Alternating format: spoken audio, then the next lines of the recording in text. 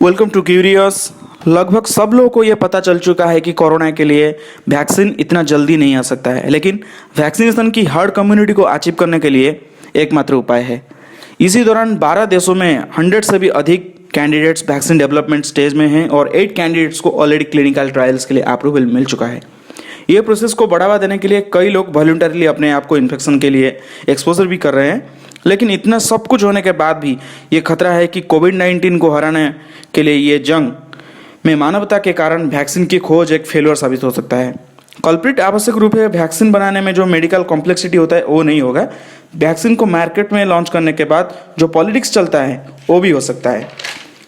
तो चलिए जानते हैं कोविड-19 वैक्सीन के बारे में कड़वा सच। I am Satyajit and you are watching my YouTube channel curious. जब हम कॉन्फिडेंट हो जाते हैं कि कोई पर्टिकुलर वैक्सीन इफेक्टिव है और सेफ है, तभी प्रॉब्लम ये हो सकता है कि ये वैक्सीन सभी के लिए पर्याप्त नहीं होगा। तो हमें ये तय करना पड़ेगा कि वैक्सीन किसको पहले मिलना चाहिए और किसको बाद में।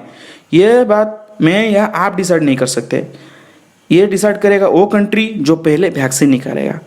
सभी नेतृत्व को देखते हुए दुनिया ये कठिनाइयों को डिग्निटी के साथ दूर करेगी। जैसे कि 40 साल पहले यूएस और सोवियत यूनियन के बीच कोल्ड वॉर चलते हुए भी मानवता एकजुट होकर स्मॉल पॉक्स जैसी बीमारी को एराडिकेट करने में कामयाब हुआ था।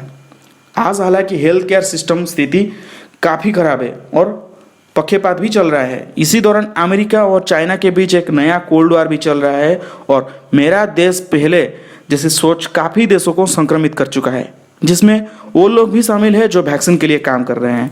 इसमें कोई संदेह नहीं कि अमेरिका जैसी रिच नेशन वैक्सीन सप्लाई करने में पुअर नेशन को पछाड़ने में कोशिश करेगा और यूएस प्रेसिडेंट डोनाल्ड ट्रंप जैसे व्यक्ति कोविड-19 वैक्सीन जैसी दुर्लभ वैक्सीन को दूसरे कंट्री के साथ शेयर करना नेसेसरी भी ना समझे, क्योंकि जर्मन ऑफिशियल्स की एक रिपोर्ट से पता चला है कि डोनाल्ड ट्रंप क्यूरवैक नाम की एक जर्मन कंपनी को खरीदने की कोशिश की ताकि एक्सक्लूसिव एक्सेस मिल सके।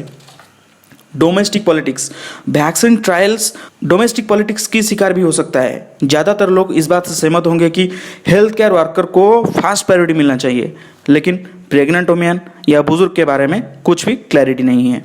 जबकि कम उम्र की लोगों की तुलना में बुजुर्ग लोगों से वैक्सीन के लिए रिस्पॉन्स कम मिलता है।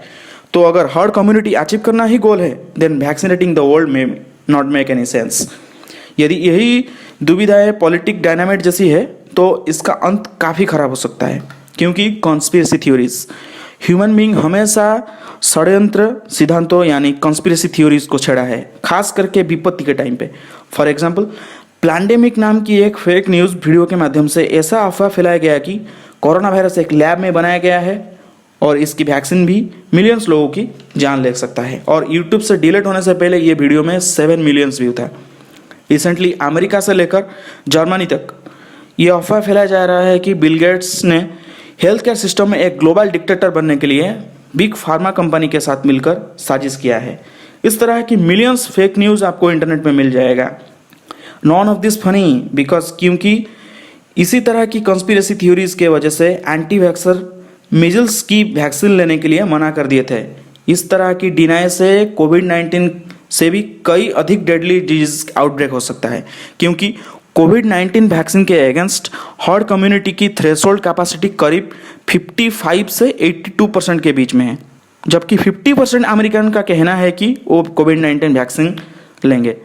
इसी तरह से एक अलग कैटेगरी की हर्ड कम्युनिटी क्रिएट हो सकता है जो कि फ्यूचर में कोविड-19 से भी घातक बीमारी ला सकता है।